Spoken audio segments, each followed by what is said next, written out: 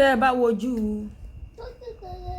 fóònù yín lókè mi bí mo ṣe ń sọ̀rọ̀ yìí, cousin mọ̀nà méjèèjì ìyún ọmọ ẹ̀gbọ́n ọmọ àbúrò wọ́n para wọn. Wọn ò para wọn nítorí aṣọ, wọn ò para wọn nítorí bàtà, kódà wọn ò para wọn nítorí pé owó àbí àṣeyọrí kankan.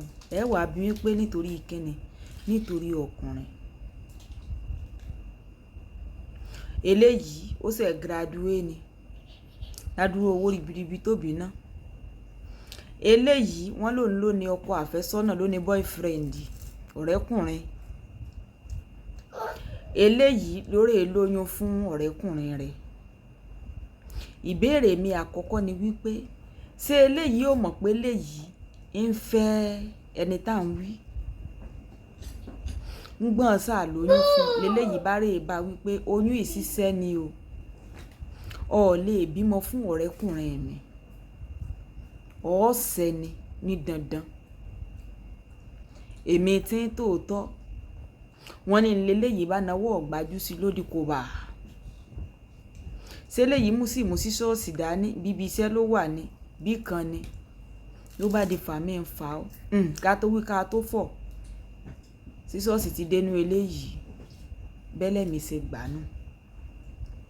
Ìbéèrè mi wá ni wípé ǹjọ́ kọ ọgbà náà lọ́hùn ìyún àfẹ́sọ́nà ǹjẹ́ ó padà fẹ́ kankan nù àbí tí ó fẹ́ ẹni tó ti dòkú, àbí eléyìí tí ó ṣekú pa tó jẹ́ pé yóò rè lò yòókù ayé rẹ̀ lẹ́wọ̀n níbi ìṣe ń wo yìí ṣe ni ó padà fẹ́. Òwe Yorùbá tó sọ pé wọ́n bá ti torí ọkùnrin kan kú ìgbà ọkùnrin ó torí sàárè rẹ̀ o. Ìní òye mi o, ò sí mọ̀ pọ̀ ó mọ̀ ti pọ̀ ń ta ní ìsìn. Kì í ṣe pọ́n ti forí ti ẹrun mú pọ̀ lè rọ́kọ mọ́. Àti pé ìwọ náà ó ṣe jẹ́ wípé ọkọ cousin rẹ̀ lọ́ọ́rẹ́ lóyún fún sọ́ọ̀mọ̀ pọ́n fẹ́ra ni.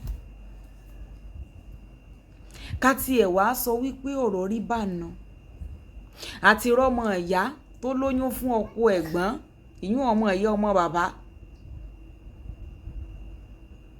tí àbúrò sì ní dandan gbọ́n àfi tó ń bá fọkọ ẹ̀gbọ́n tẹ́gbọ́n sì páàkì ẹrù rẹ̀ tó jáde nílé fún ìwọ tó bá tí ìwò rèé wò.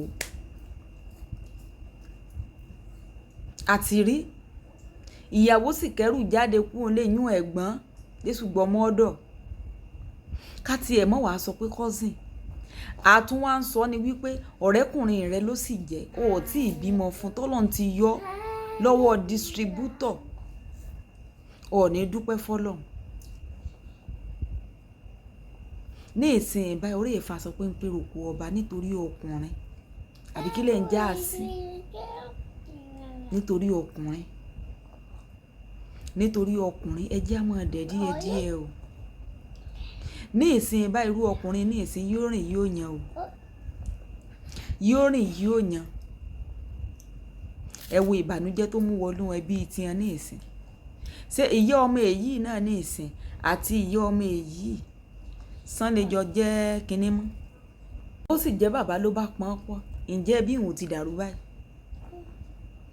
Àbẹ́ni tó pani lọ́mọ èèyàn tún lè fojú rẹ̀ wò ó ṣebí ò ti dàrú nítorí ọkùnrin. Àwa obìnrin gẹ́gẹ́ bí mo ṣe máa ń sọ we can do better o. Ṣé ẹ rán ọkùnrin tẹ́ ń wò wọ́n fẹ́ràn ara wọn o. Gbogbo tí ó sì mú happiness bọ́n láyé ni wọ́n tẹ̀sẹ̀ wọn bọ̀ wọn ò mind. And when it come to kólókóló dí wọn tí Ọlọ́run so mọ́ ọ lábẹ́ onímọ̀ ń control ẹlòmíì o. Bí ò bá tiẹ̀ wá mọ̀ control ẹlòmíì lẹ́lòmíì ò kí ọmọ rẹ̀ mọ́lẹ̀ tí ó mọ̀ kó kinní fún. Lẹ́lòmíì ó jẹ́ wípé ọmọ ọ̀dọ́ inú ilé wọn ni ó máa ṣàtúnṣẹ́wà rẹ̀. Ṣé ń lẹ́lòmíì ó rí wípé àbúrò ìyàwó ló kù tó ń fẹ́ rè é mọ́ ọmú tí ìbáṣọ ní control wọn tí orí ẹlòmíì ò pé mọ́.